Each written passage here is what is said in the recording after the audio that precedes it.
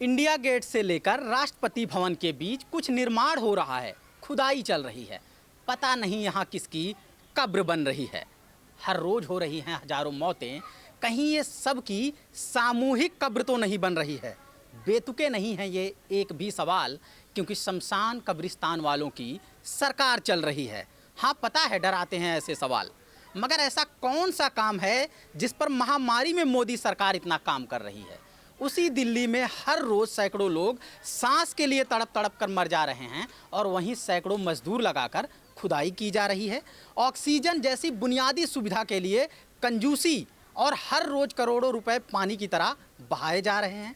Vaccine के लिए नहीं है कुछ हजार करोड़ रुपए, और वहीं पर 20,000 करोड़ रुपए लगाकर नई इमारत बनाई जा रही है। इसलिए हम पूछ रहे हैं बार बार ये सवाल कि महामारी में किसकी कब्र बनाई जा रही है। चित्रकार मीर सोहेल की माने तो ये लाशों के ढेर पर एक ताबूत नुमा बिल्डिंग बनाई जा रही है।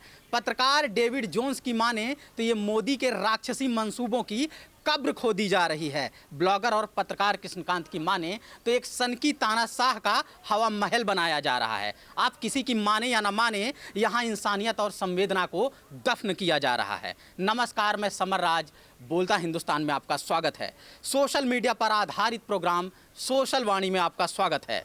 लोगों की सांसें टूट रही हैं, सरकारों से भरोसा टूट रहा है, मगर मीडिया को चिंता है कि प्रधानमंत्री का प्रोटोकॉल टूट रहा है।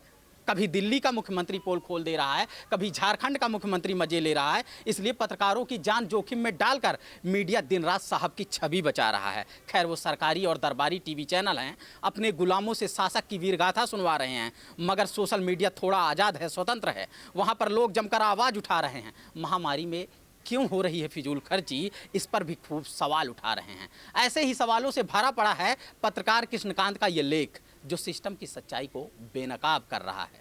10 लाख का सूट, 8,500 करोड़ का विमान, 20,000 करोड़ का हवा महल, महंगे कपड़े, महंगी सदरी, महंगी घड़ी, महंगा चश्मा, महंगी शॉल, 13 साल सीएम, 7 साल पीएम और फिर गरीब माँ का फकीर बेटा। क्या फकीरी है। काश फकीरी में फूंका जा रहा ये धन उन निरीह लोगों को मिलता जिन्हें सांस लेने और जान बचाने का संकट है। इस वक्त जरूरी क्या है, प्रधानमंत्री के लिए नया हवा महल या मरते हुए लोगों की बुनियादी ज़रूरतें। ज़रूरतमंद हैं अस्पतालों में ऑक्सीजन के बिना तड़प रहे मरीज, दवा के बिना छटपटा रहे लोग, अस्पताल न मिलने से सड़क पर तड़प रहे लोग, वेंटिलेटर न मिलने से दम तोड़ते लोग। काश उन्हें भी इस फकीरी का एक हिस्सा नसीब होता। काश ये फकीरी उन 23 करोड़ लोगों को भी नसीब होता जो 1 साल के भीतर गरीबी रेखा के नीचे चले गए। उन 10 से 15 करोड़ लोगों को मिलती जो पिछले 1 साल में बेरोजगार हो गए। असली सवाल प्राथमिकता का है।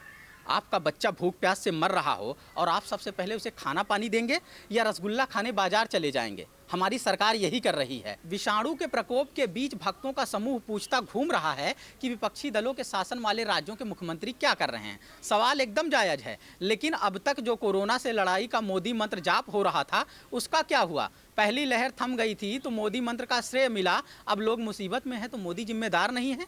संदिग्ध पीएम केयर फंड बनाकर जो पैसा वसूला गया, उसका क्या हुआ?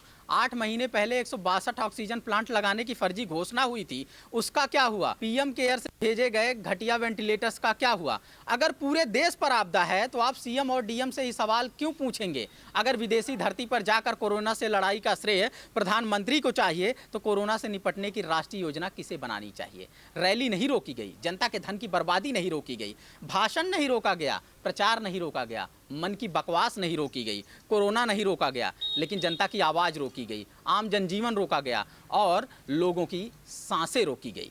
लाखों लोगों को संकट में छोड़कर हवा महल बनवाने के कुछ ऐसे उदाहरण मध्ययुग में मिलते हैं, जहां कोई सनकी तानाशाह अपने अमर होने की तमन्ना में अपनी प्रजा को बर्बादी के कगार पर ला छोड़ता था। ऐसे ही हिंदू खतरे में है कहकर पूरे देश को खतरे में डाल दिया गया है। इस संकट के इस ताबूत नुमा हवा महल को जरूरी सेवाओं में क्यों डाला गया है? क्या इसका बनना लाखों लोगों की जिंदगी बचाने से ज़्यादा जरूरी है?